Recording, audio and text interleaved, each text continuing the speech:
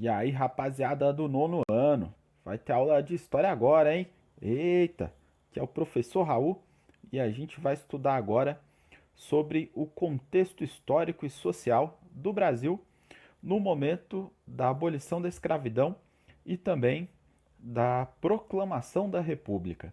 E para a gente estudar isso de um jeito bem legal, a gente vai analisar essa postagem falsa do Facebook que eu criei aqui, ó, utilizando acontecimentos e personagens históricos para a gente entender como é que foi esse momento aí da nossa história. Vamos começar então, olhando bem de pertinho aqui, ó, quem é que está fazendo essa postagem. Lá em cima a gente vê que é o Dom Pedro II, o camarada que teria criado essa postagem no Facebook. E o que, que ele fez?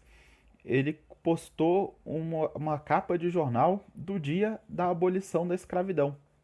E escreveu logo embaixo assim, ó, Isabel sabe o que faz. A Isabel era filha do Dom Pedro II e foi ela que assinou a Lei Áurea, aquela lei que aboliu a escravidão do Brasil lá em 1888. É claro que foi todo um processo histórico, outras leis que condenavam a escravidão já tinham sido aprovadas. A Lei Áurea ela foi votada no nosso Senado da época, mas foi assinada pela filha do Dom Pedro II, pela princesa Isabel. E vamos ver quem comentou essa postagem aí do Dom Pedro II. Dom Pedro II era o imperador do Brasil. Lembrando que o Brasil, em 1888, era uma monarquia. E quem governa na monarquia são os imperadores, os reis, e o poder é sempre passado de pai para filho. Olha só quem comentou aí primeiro a postagem do Dom Pedro I em relação à abolição da escravidão. Os cafeicultores, e eles comentaram assim: tá de sacanagem? Bom, quem eram os cafeicultores em 1888, momento da abolição da escravidão? Eram as pessoas mais ricas desse país que a gente chama de Brasil. Era quem ganhava grana produzindo e vendendo café, e esse café era produzido pelos africanos escravizados. Era eles que trabalhavam na fazenda de café. Então, para os cafeicultores, a abolição da escravidão foi ruim, já que eles perderam um bem precioso que era aquele ser humano escravizado. Infelizmente, esse africano escravizado, o trabalhador da fazenda de café, ele era visto pelo cafeicultor como um bem, como uma coisa. E a abolição da escravidão gerou prejuízo nesse sentido para os cafeicultores, que agora precisavam contratar mão de obra para trabalhar, para produzir o café. É, e isso deixou aí os cafeicultores insatisfeitos com Dom Pedro II. Logo abaixo tem aqui um comentário do Africanão Top. Até que enfim. Mas e aí? O que mais? Cadê nossos direitos? Esse comentário aqui ele tem a ver com o fato de que a abolição da escravidão no Brasil não promoveu dignidade, não promoveu políticas públicas para inserir esse ex-escravizado na sociedade. Não promoveu políticas de emprego para que ele tivesse acesso a um emprego de qualidade, com salário decente para sobreviver. Muitos africanos, ex-escravos, continuaram vivendo sob as mesmas condições, até trabalhando nas mesmas fazendas, ou foram trabalhar em outra fazenda de café ou de alguma outra coisa, vivendo sob o mesmo regime, trabalhando por comida e abrigo. Ninguém queria contratar o ex-escravo. Outros foram viver nas cidades, trabalhando como vendedores ambulantes, sobrevivendo através do subemprego. Não houve, por parte do governo, uma política para integrar esse ex-africano, esse ex-escravo à sociedade.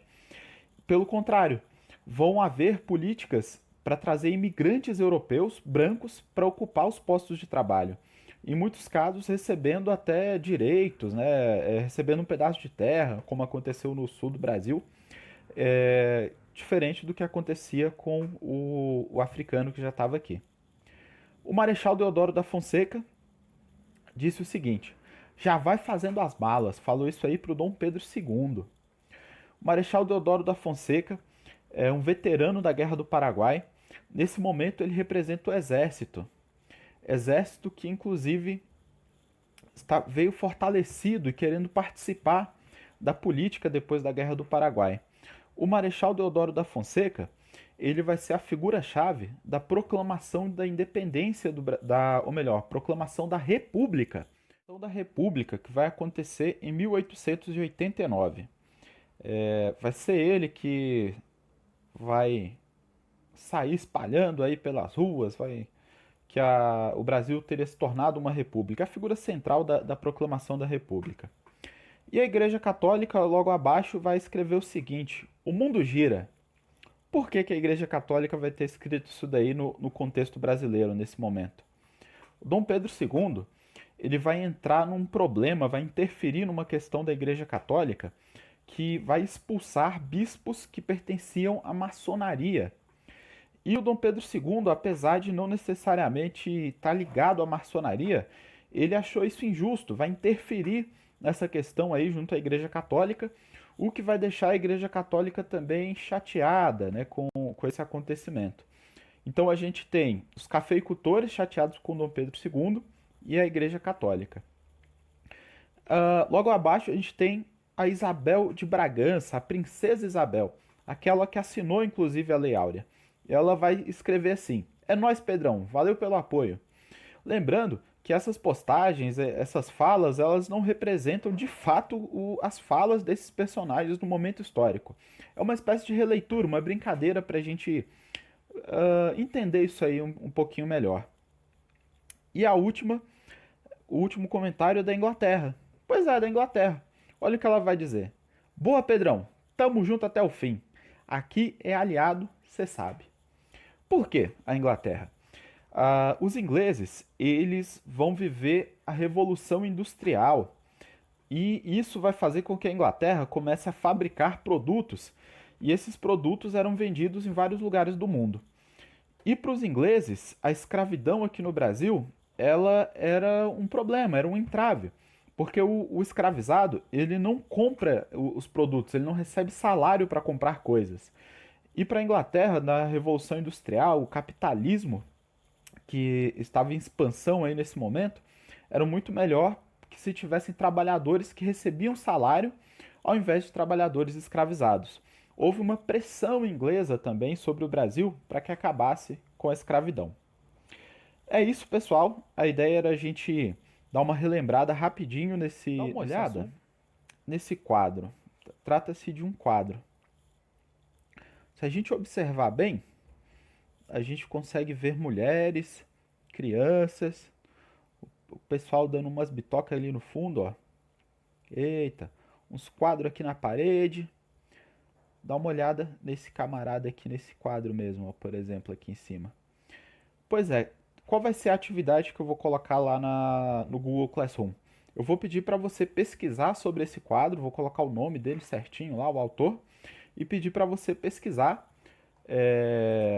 O autor se chama Pedro Bruno. O quadro se chama A Pátria, de 1919. Os símbolos, o que esse quadro representa? O que ele tem a ver com a proclamação da República? Vou explicar melhor lá no Classroom. E é isso aí. Valeu, até a próxima.